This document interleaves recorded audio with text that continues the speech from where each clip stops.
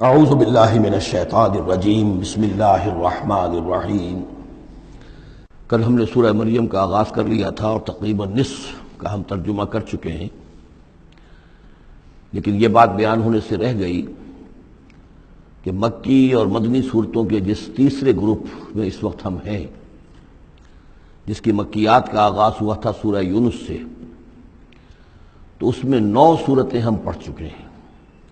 جیسا کہ میں نے عرض کیا، وہ 9 صورتیں تین صورتوں کے سب گروپس کی شکل میں ہیں۔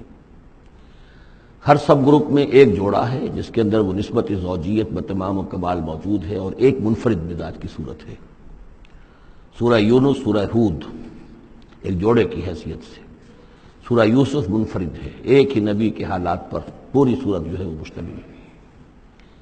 پھر سورہ رعد اور سورہ ابراہیم یہ جوڑے کی شکل میں ہے۔ سورہ حجر یہ منفرد مزاج کی ہے، بلکہ اس پورے گروپ میں یہ اس اعتبار سے قدر مختلف نظر آتی ہے کہ اس کا انداز جو ہے وہ ابتدائی زمانے کی صورتوں کا ہے، مضامین کی مناسبت بھی انہی سے ہے۔ چھوٹی چھوٹی آیتیں ہیں، ردم جو ہے وہ بہت تیز ہے، صوتی آہنگ بہت نمایاں ہے، ڈیوائن میوزک جو ہے، جو ملکوتی غنا ہے، وہ اس میں بہت نمایاں ہے۔ پھر 3 صورتیں، سورہ نحل سب سے بڑی ہے اس سب گروپ میں، یہ منفرد مزاج کی ہے، لیکن اس کے بعد سورہ بنی اسرائیل اور سورہ کہف یہ ایک نہایت حسین و جمیل جوڑا ہے۔ اب پھر 3 صورتیں جو آ رہی ہیں، سورہ مریم، پھر سورہ طٰہٰ، سورہ انبیاء۔ یہاں بھی معاملہ وہی ہے کہ ان میں سے 2 صورتیں جو ہیں سورہ مریم اور سورہ انبیاء، ان میں بڑی گہری مشابہت ہے، اور یہ قصص النبیین کے انداز میں یہاں تذکرہ ہے انبیاء کرام کا، انباء الرسل کے انداز میں نہیں ہے۔ وہ جو انداز سورہ کہف، سورہ اعراف میں ہم نے دیکھا، سورہ ہود میں ہم نے دیکھا کہ رسول آئے، انہوں نے دعوت دی، قوم نے انکار کیا، قوم ہلاک کر دی گئی، یہ انداز جو انباء الرسل، ایام اللہ، اس کا نہیں ہے۔ لیکن یہ کہ ایک جو ہے اس سب گروپ میں منفرد صورت ہے، اور وہ ہے سورہ طٰہٰ۔ یہ اس اعتبار سے کہ تقریباً پوری ایک ہی رسول کے حالات پر مشتمل ہے، حضرت موسیٰ علیہ السلام۔ 8 میں سے 5 رکوع مسلسل جو ہیں وہ حضرت موسیٰ علیہ السلام کے حالات پر ہیں، اور ان کی ایک نسبت جو معنوی قائم ہو جاتی ہے اس سورہ مبارکہ کی سورہ یوسف کے ساتھ، وہ یہ ہے کہ تاریخی اعتبار سے ہمیں معلوم ہے کہ حضرت یوسف علیہ السلام کے زمانے میں بنی اسرائیل مصر میں جا کر آباد ہوئے، اور حضرت موسیٰ علیہ السلام کے ذریعے سے اللہ تعالیٰ نے انہیں پھر جو مصر میں فرعونیوں نے انہیں جو اپنا غلام بنا لیا تھا، اس غلامی سے نجات دلائی، اور وہ واپس مصر سے نکل کر پھر اپنے آبائی وطن جو ہے سمجھیے، جو حضرت ابراہیم کا مسکن تھا، یعنی فلسطین کی طرف روانہ ہوئے۔ تو ان میں بھی ایک نسبت قائم تو ہو جاتی ہے، لیکن وہ فاصلے سے ہے۔ سورہ مریم میں اور سورہ انبیاء میں آپ کو قصص النبیین کے انداز کا بات ملے گی، تو یہ آپ جب ہم پڑھیں گے تو بات نمایاں ہو جائے گی۔ سورہ مریم میں ہم نے اب تک جو پڑھا ہے، سب سے پہلے حضرت زکریا، حضرت یحییٰ کا تذکرہ ہوا پہلے رکوع میں۔ دوسرا رکوع بہت طویل ہے، اس میں حضرت مریم اور حضرت عیسیٰ کا سلام علیہم ان کا تذکرہ ہوا ہے۔ تیسرے رکوع میں پھر حضرت ابراہیم علیہ السلام کا، اور ان کے ساتھ ہی پھر حضرت اسحاق اور حضرت یعقوب کا تذکرہ ہوا ہے۔ حضرت ابراہیم کے بارے میں کہا گیا کہ انہ کان صدیقا نبیا۔ اب یہ ایک نئی ترکیب ہے کہ جو پہلی مرتبہ قرآن مجید میں آئی ہے، اور میں نے اسی لیے آج جو ہے کئی آیات تلاوت کی ہیں اگلے رکوع کی، کہ آپ یہ دیکھ سکیں کہ 2 کے بارے میں آ رہا ہے رسولا نبیہ، حضرت اسماعیل اور حضرت موسیٰ علیہ السلام رسولا نبیہ، انہ کان رسولا نبیہ، اور 2 ہی کے بارے میں آیا انہ کان صدیقا نبیہ، یعنی حضرت ابراہیم علیہ السلام اور حضرت ادریس علیہ السلام۔ تو اس میں فرق کیا ہے؟ ظاہر بات ہے کہ الفاظ مختلف ہیں، ترکیب مختلف ہے، تو یقیناً ان کا مفہوم جدا ہے۔ اگرچہ بہت ہی میرے علم کی حد تک کسی نے اس پر توجہ نہیں کی ہے، بلکہ ایک بہت بڑے عالم تھے جو مفسر قرآن بھی ہیں، ان سے جب میں نے تذکرہ کیا تو ان کا کہ کیا واقعی ایسا ہے؟ یعنی یہ کہ وہ تفسیر بھی لکھ چکے تھے، لیکن انہوں نے توجہ نہیں کی۔ ہوتا یہ ہے کہ آدمی جب گزر جاتا ہے تیزی کے ساتھ، اگر کسی چیز کی طرف توجہ نہیں ہوتی، کیا واقعی ایسا ہے کہ 2 کے بارے میں ہے رسول النبیہ اور 2 کے بارے میں ہے صدیق النبیہ؟ تو میں نے ان سے سوال کیا تھا کہ اس میں پھر کیا فرق ہے۔ اس کے لیے میں چاہتا ہوں کہ جو جس حد تک کہ مجھ پر وہ بات اللہ تعالیٰ نے منکشف فرمائی ہے، وہ آپ پر بھی میں آپ کے ساتھ بھی شیئر کروں۔ یہ جو ہم پڑھ چکے ہیں، ایک تو سورہ فاتحہ میں اہدنا الصراط المستقیم صراط الذین انعمت علیہم، راستہ ان کا ہمیں دکھا اور ان کے راستے پر چلا جن پر تیرا انعام ہوا۔ اس کی وضاحت سورہ نساء میں آئی، وَمَن يُطِعِ اللَّهَ وَالرَّسُولَ فَأُولَٰئِكَ مَعَ الَّذِينَ أَنْعَمَ اللَّهُ عَلَيْهِم مِّنَ النَّبِيِّينَ وَالصِّدِّيقِينَ وَالشُّهَدَاءِ وَالصَّالِحِينَ وَحَسُنَ أُولَٰئِكَ رَفِيقًا۔ یہ منعم علیہم جو ہیں، جن پر اللہ تعالیٰ کا انعام ہوا ہے، یہ جو جماعت ہے منعم علیہم کی، اس کے 4 درجات ہیں۔ اوپر سے چلیں گے تو انبیاء سب سے اوپر ہیں، پھر نیچے ان کے درجہ ہے صدیقین کا، پھر ان سے نیچے شہداء کا، اور پھر بیس لائن سمجھیے کہ وہ صالحین مومنین جو نیک دل مسلمان ہیں، مخلص ہیں، صادق القول ہیں، صادق الایمان ہیں، یہ گویا کہ بیس لائن ہے۔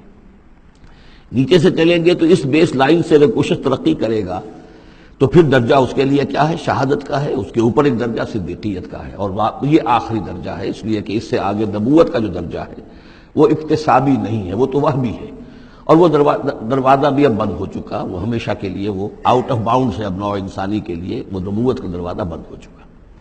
اس صدیقین اور شہداء کے درمیان کیا فرق ہوتا ہے، اس کو اب سمجھ لینا چاہیے، اور اس کو جدید سائیکالوجی کی 2 اصطلاحات کے حوالے سے آپ بڑی آسانی سے سمجھ سکیں گے۔ اللہ تعالیٰ نے عام طور پر انسانوں کو 2 مختلف مزاجوں پر بنایا ہے، ایکسٹروورٹس، انٹروورٹس۔ کچھ لوگ ہوتے ہیں کہ جو باہر کی دنیا سے انہیں زیادہ دلچسپی ہوتی ہے، کچھ کھیل کود میں، سیر میں، باغ، یہ وہ، باہر کی دنیا سے ملنا جلنا، لوگوں سے ملیں گے، وہ پبلک میں ہوں گے، مجلس میں ہوں گے تو زیادہ چہکیں گے، زیادہ خوش ہوں گے۔ کچھ لوگ برعکس مزاج کے ہوتے ہیں، وہ دروبین قسم کے لوگ ہوتے ہیں، انٹروورٹس۔ وہ اپنے خیالات ہی میں مگن رہتے ہیں، غور و فکر کرتے ہیں، سوچ بچار کرتے ہیں، انہیں تنہائی زیادہ پسند ہوتی ہے، تنہائی میں وہ زیادہ خوش رہتے ہیں۔ تو یہ ایکسٹروورٹس اور انٹروورٹس 2 مزاج ہیں بنیادی طور پر، اللہ تعالیٰ نے بنائے ہیں مختلف مزاج جو ہیں۔ اور ایک ہوتی ہے تیسری ایک کیفیت کہ اس میں یہ دونوں چیزیں بڑے توازن کے ساتھ ہو، ایمبیورٹ۔ یہ بہت شاذ ہوتا ہے، بہت شاذ ہوتا ہے، بہت کم لوگ ہوتے ہیں دنیا میں کہ جو واقعتاً اس میں توازن قائم کر سکیں، یا ادھر کا رجحان ہوگا یا ادھر کا رجحان ہوگا۔ تو جو یہ انٹروورٹس ہوتے ہیں، جو غور و فکر کرتے رہتے ہیں، ان کے اندر جو ہے وہ یوں سمجھیے کہ فطرت کی جو اصل حقائق ہیں وہ کچھ زیادہ محفوظ رہتے ہیں ان کے غور و فکر کی وجہ سے۔ پھر وہ کائنات کے بارے میں بھی سوچتے ہیں، تو اس کائنات کی تمام آیات الہیہ بھی گویا کہ ان سے ہم کلام ہوتی ہیں، اشارے کرتی ہیں۔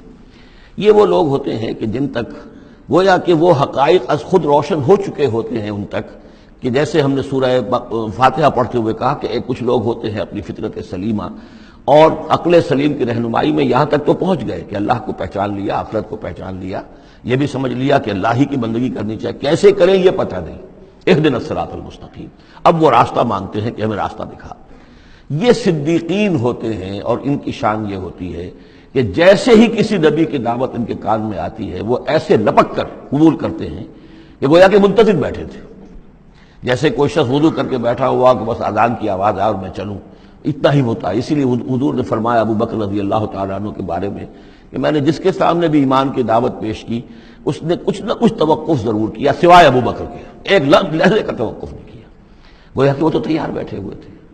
البتہ جو ایکسٹروورٹس ہوتے ہیں وہ چونکہ ان کی توجہ نہیں ہوتی حقائق کی طرف، وہ دنیا میں مگن ہیں، کھیل کود میں ہیں، شکار میں ہیں، کشتیوں میں ہیں، ہنسی مذاق میں ہیں، گفتگوؤں میں لگے ہوئے ہیں، تو انہیں کچھ زیادہ غور و فکر کی ان کے اندر جو ہے طبیعت کے اندر میلان نہیں ہوتا اس کا، لہذا انہیں دیر لگ جاتی ہے نبی کی دعوت کو سمجھنے میں، اس کی طرف متوجہ ہونے میں۔ لیکن یہ ہے کہ جب ان کا توجہ ہو جاتی ہوتی بھی عام طور پر جذباتی انداز میں ہوتی ہے، لیکن جب ان کی توجہ ہو جائے جذباتی انداز میں تو پھر یہ ہے کہ وہ چونکہ ہوتے ہیں ایکٹیو زیادہ ہوتے ہیں، لہذا وہ اپنی فعالیت کی وجہ سے آگے نکل جاتے ہیں، بظاہر وہ صدیقین سے آگے نکل جائیں گے فعالیت کی وجہ سے، اس لیے کہ وہ فعال زیادہ ہیں۔ اب اس کی مثال حضرت عمر ہیں، حضرت حمزہ ہیں رضی اللہ تعالی عنہما، 6 سال لگ گئے۔ حضرت عمر کے بارے میں تو آپ کہہ سکتے ہیں کہ سب کوئی گھرانہ مختلف تھا، وہ بنو عدی میں سے تھے، حضور بنو ہاشم میں سے تھے، لیکن حضرت حمزہ کو کیوں دیر لگ گئی؟ 6 سال، سگے چچا ہیں، دودھ شریک بھائی ہیں، ساتھ کے کھیلے ہم جولی ہیں، نہایت محبت کرنے والے حضور سے، اور اسی کیفیت کے اندر وہ ایمان لائے کہ ایک روز آئے باہر سے، شکار کھیل کر آ رہے تھے، کئی دن باہر رہے تھے، واپس آئے تو ابھی گھر میں داخل نہیں ہوئے تھے، لونڈی نے کہا کہ آج تو ابو جہل نے بڑی گستاخی کی ہے آپ کے بھتیجے کے ساتھ، اور بس یہ سنتے ہی آگ بگولا ہو کر گئے ہیں، کمان جا کے ماری ابو جہل کے سر میں کہ تم نے یہ کیا ہے، اور اسی وقت کا اچھا میں اس پر ایمان لایا، آؤ کرو مقابلہ تم، یہ ان کے ایمان کا معاملہ ہے۔ تو یہ حمزہ ہے، اس طرح حضرت عمر چلے تھے حضور کو قتل کرنے کے ارادے سے، لیکن اپنی بہن کے اندر جو دیکھی، اس کے اندر یہ کہاں سے اتنی استقامت آ گئی کہ بھائی جان چاہے آپ ہمیں قتل کر دیں، جان سے مار دیں، لیکن اب یہ جو دین ہم نے قبول کیا اس کو ہم چھوڑنے والے نہیں۔ بہنوئی کو تو مار مار کے لہو لہان کر دیا تھا سعید بن زید کو، بہن کو بھی مارا ہے، لیکن پھر اچانک بدل گئے۔ پھر وہی عمر جو ہے جو تلوار ننگی لے کے چلا تھا قتل کرنے کے ارادے سے، گردن میں تلوار حمائل کیے ہوئے جیسے غلام ہوتے ہیں، ان کے ہاں غلاموں کا رواج یہ تھا، ان کی تلواریں گردنوں میں حمائل ہوتی تھی، وہ آ رہا ہے ایمان لا رہا ہے۔ تو یہ ہے شہداء، صدیقین اور شہداء۔ تو اب مزاج جو ہے انبیاء میں بھی آپ کو ملے گا، کچھ لوگوں کا مزاج شہداء سے مناسبت رکھتا ہے۔ حضرت اسماعیل کا آپ نے سنا ہوگا، یہ واقعات قصوں میں آتے ہیں، وہ شکار جیسے کہ حضرت حمزہ کی کیفیت ہے، وہ نکل جاتے تھے۔ حضرت ابراہیم 2 مرتبہ گئے ہیں، ملاقات ہی نہیں ہوئی، اس لیے کہ وہ اپنے شکار پر نکلے ہوئے تھے۔ اس طرح کا معاملہ حضرت اسماعیل کا تھا۔ حضرت موسیٰ بھی جلالی مزاج کے آدمی تھے، ایک آدمی کو مکہ مارا ہے اور اس کی جان نکال دی۔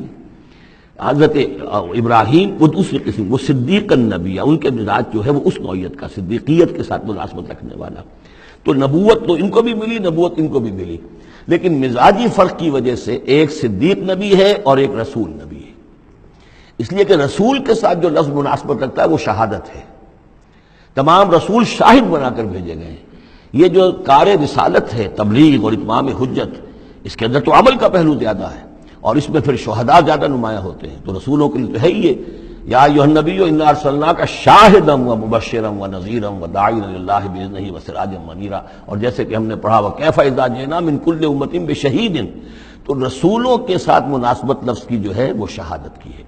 تو گویا کہ شہداء کا مزاج رکھنے والے جو نبی ملے وہ رسول النبی ہیں، اور صدیقیت کا مزاج رکھنے والے جن کو نبوت مل گئی وہ صدیق نبی ہیں۔ تو حضرت ابراہیم انہ کان صدیقا نبیا، وہ تو ہم پڑھ چکے تھے، اب آگے چلیے۔ ابھی اس موضوع پر مزید گفتگو سورہ حدید میں چل کر ہوگی۔ اولئک ھم الصدیقون والشہداء عند ربہم، اس کے جو دوسرے رکوع کے آخر میں یہ آیت آئی ہے، تو وہاں جا کر انشاءاللہ اس کے سلسلے میں مزید کچھ گفتگو ہوگی۔